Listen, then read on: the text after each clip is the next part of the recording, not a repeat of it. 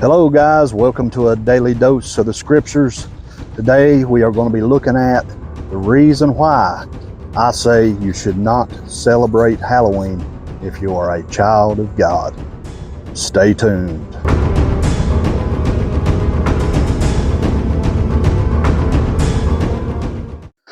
So first off, let's take a look at the origin of Halloween as we know it here today. I have a lot of comments coming in on the post that I've been making about Halloween since October the 1st, a couple days ago.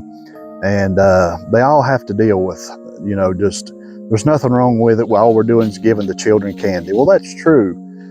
We are giving the children candy, but there's 364 other days of the year that we can give kids candy. Sugar's not really that good for them anyways, right? Just saying, but more than the sugar not being good for them, how bad is it for us to say, well, it's okay to celebrate the devil one time a year as long as you get candy? You see my point in this? It's no difference than telling them there's a Santa Claus, and then when they get older, we say, oh, we was just, there's no Santa Claus. You're too old to believe that now. Well, you think about what that does to children's minds. Do you ever think about that? I do. We have never taught our child that there's a Santa Claus, because when she gets a little older, and your child gets a little older, gets up into their teenage years, gets up to that age of accountability, and you tell them about Jesus, what are you going to do when they look at you and say, well, he's not real either, is he? You told me there was a Santa Claus for half my life, and then now you're telling me that there's a Jesus? I mean, we really have to have discernment as children of God, as parents. We have to think, what are we putting in our kids' minds? What you put in your child's mind at an early age could be the difference of whether they truly get born again or not, whether they truly give their life to Christ, or whether they are out and just being so-called Christians but never selling out to God. You think about these things. I mean, the parents a lot of times are the ones that ruin their children, and we don't even mean to. And I know there's going to be comments. So you're saying if I take my child trick-or-treating that I'm going to run her? It could possibly happen, yes. It very well could happen. But anyways, let's look at the origin here of Halloween as we know it. It began over 1900 years ago in England, Ireland, and northern France is where it all began. It was a Celtic celebration of the new year. They called it Samhain, which occurred on November the 1st. The Celtic Druids revered it as the biggest holiday of the year and emphasized that day as the time when the souls of the dead supposedly could mingle with the living. Bonfires were a large aspect of this holiday at that time as well. Samhain remained popular until St. Patrick and other Christian missionaries arrived into that area. And as the population began to convert to Christianity, the holiday began to lose its popularity.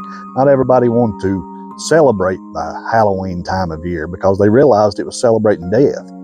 But as a lot of churches are doing today, instead of eradicating the pagan practice, such as Halloween and Samhain, the church instead used these holidays with a Christian twist to bring paganism and Christianity together, making it easier for local populations to convert to the state religion. You see, guys, when you take something that's evil and put it with the church, you twist it in and mingle it in, you realize how you are corrupting even adults' minds.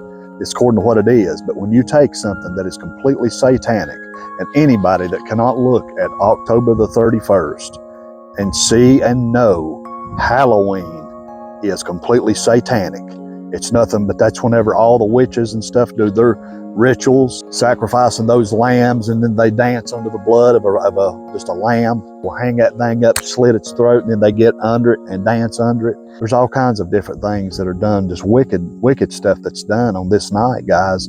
It is an evil night. I have some Bible scholars believe it's the time whenever God cast Satan out of heaven.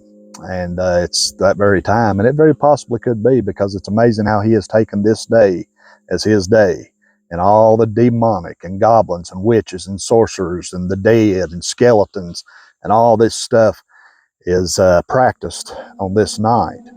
And we allow our children to go out and be a partaker of that. And I've got several messages in the past 3 days that have said, but I dress my child up as a fireman, or I dress my child up as an angel or as a princess. Nevertheless, you are participating in Satan's day with everyone else in the world. So how does that make you look as a Christian?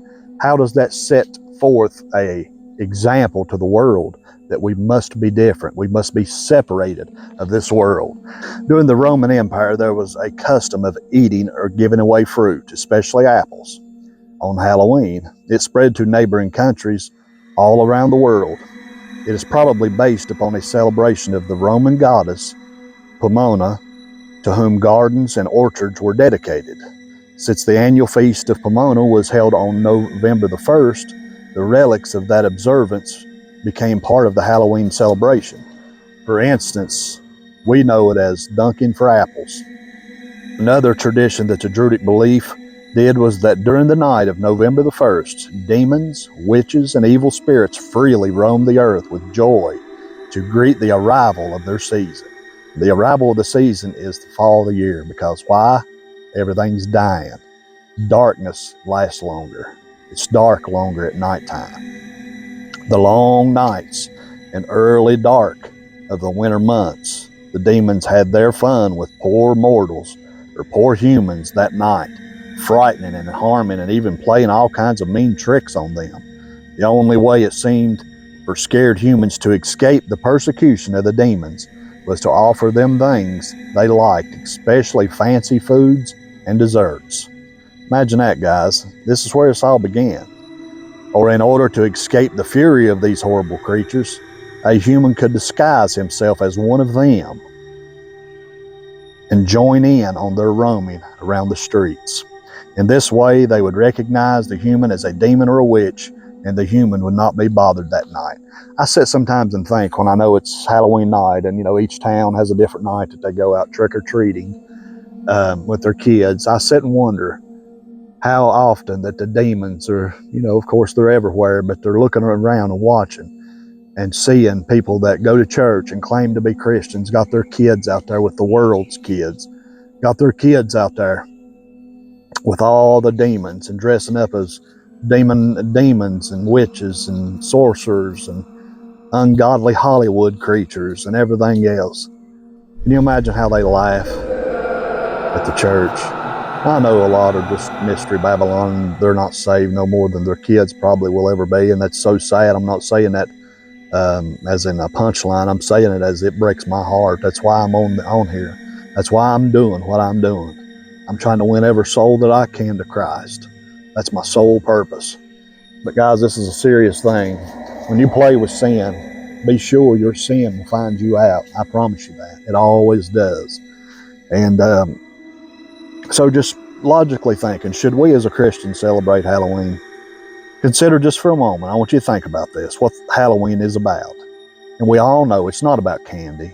We put it as that, but it's not. It's about dressing up. I read online just yesterday, in 2022, of course, it includes candy and Halloween decorations and Halloween costumes. Take a guess before I tell you how much money was spent on that. Over $10 billion was spent annually just on Halloween last year in 2022. Now, guys, you tell me there ain't something more to Halloween than what we see. There's more sorcery and more witchcraft in this nonsense than we see. And to be a child of God and taking your child out there, and I mean even handing the candy out, I don't think you should do that. I mean, I really don't, because that means you're participating. You're participating with the world's demonic event. And if you're calling yourself a child of God, you should have your light off and sitting in there reading and studying your Bible. And that's just my opinion. I know I'll get a lot of hate messages on this, but I'm just telling you what God's laying in my heart to say. Okay, think about what Philippians 4:8 says. Finally, brethren, whatsoever things are true. When you let your child dress up as somebody, is that who they really are?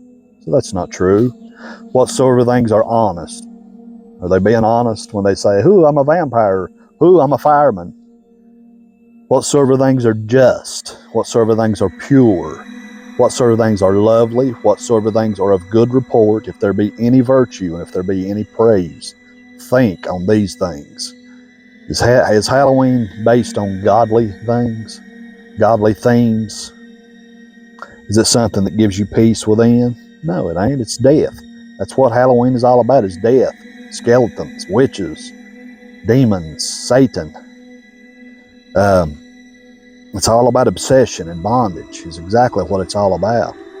Guys, I hope this is helping someone. I know that I'll probably get bombarded with hate mail on this one, but that's okay. God's word still stands. It still stands. Scriptures tell us to put away the deeds of darkness, don't it? Romans 13:12. 2 Corinthians chapter 6 and verse 14 says that we have nothing in common with darkness. Witchcraft is clearly detested by God. He hates it, detests it. You say, when does he say that? Deuteronomy chapter 18 verses 10 through 13. But anyways, guys, I hope this helps some people. I mean, I know some, all they're going to do is scoff and laugh, and some don't want to know the truth. But to those that were asking some legitimate questions and wanting me to explain some things, you know, how I looked at it and how I seen it, here you go. And I hope it helps somebody. And but anyways, be looking for our next one. Please don't forget to go to our YouTube channel and subscribe. I've had a lot of people that has, but we need many more. We need at least 1,000 before I can go live on YouTube with my mobile phone, because I don't have a camera or anything. I just use my mobile phone for everything. So please, if you haven't already, go subscribe, and we will be so thankful. Hope everyone has a blessed day. God bless.